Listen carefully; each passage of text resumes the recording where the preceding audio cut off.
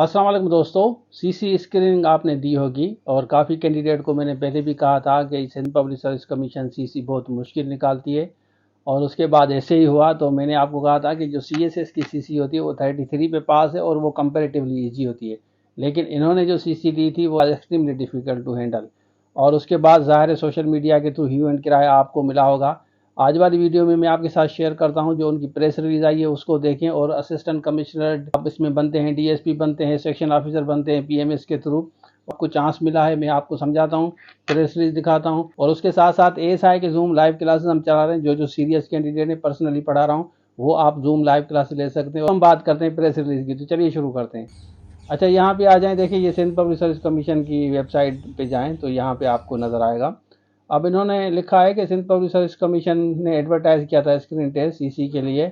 Wide advertise number उन्होंने 9 बताया है और 7 नवंबर को आया था। उसके बाद टेस्ट जो है 10 अगस्त को हुई थी। अब कमीशन ने हैज प्रूडेंटली एनालाइज किया है result of the SET screening test का। Very small number of candidate have cross the required threshold. 50% pass कर सकते, मतलब 50% तक कैंडिडेट ने नहीं लिया है। The history of past CC examination is a reasonable guide. It is anticipated that adequate number of candidates would not emerge successful. देखा गया है कि वो कामयाब नहीं होंगे in the subsequent stages to fill the available जितनी वैकेंसीज है इतने कैंडिडेट पास नहीं।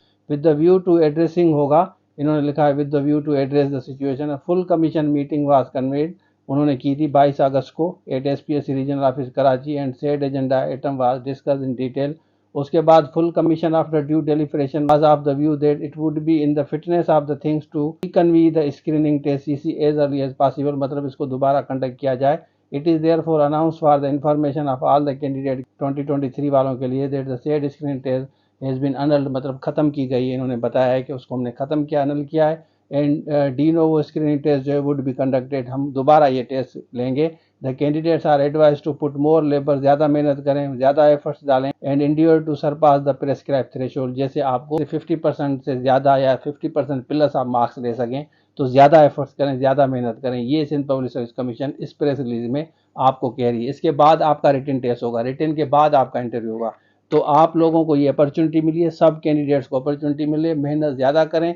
और जाहिर है इस दफ़ा इन्होंने एडमिट किया है तो मुश्किल था, कैंडिडेट पास ही नहीं हुए क्योंकि पेपर उन्होंने ऐसा बनाया था। हमने सीसी दी है, मैंने भी पेपर देखा था, कंपेरेटिवली वाज मच डिफिकल्ट। मेहनत की होगी, हालांकि इनको पहले ये देखना चाहिए। हम भी पेपर सेटर हैं, पेपर बनाते हैं, जैसे एग्जाम्स के आपके होते हैं फर्स्ट ईयर इंटर वगैरह के, तो हमारा क्रॉस चेक होता है। हमारे जितने भी ऑफिसर्स हैं उसको क्रॉस चेक करते हैं, जितने भी हमारे दूसरे सीनियर प्रोफेसर्स हैं उसको क्रॉस चेक, मतलब डबल चेक करने के बाद फिर पेपर आगे जाता है।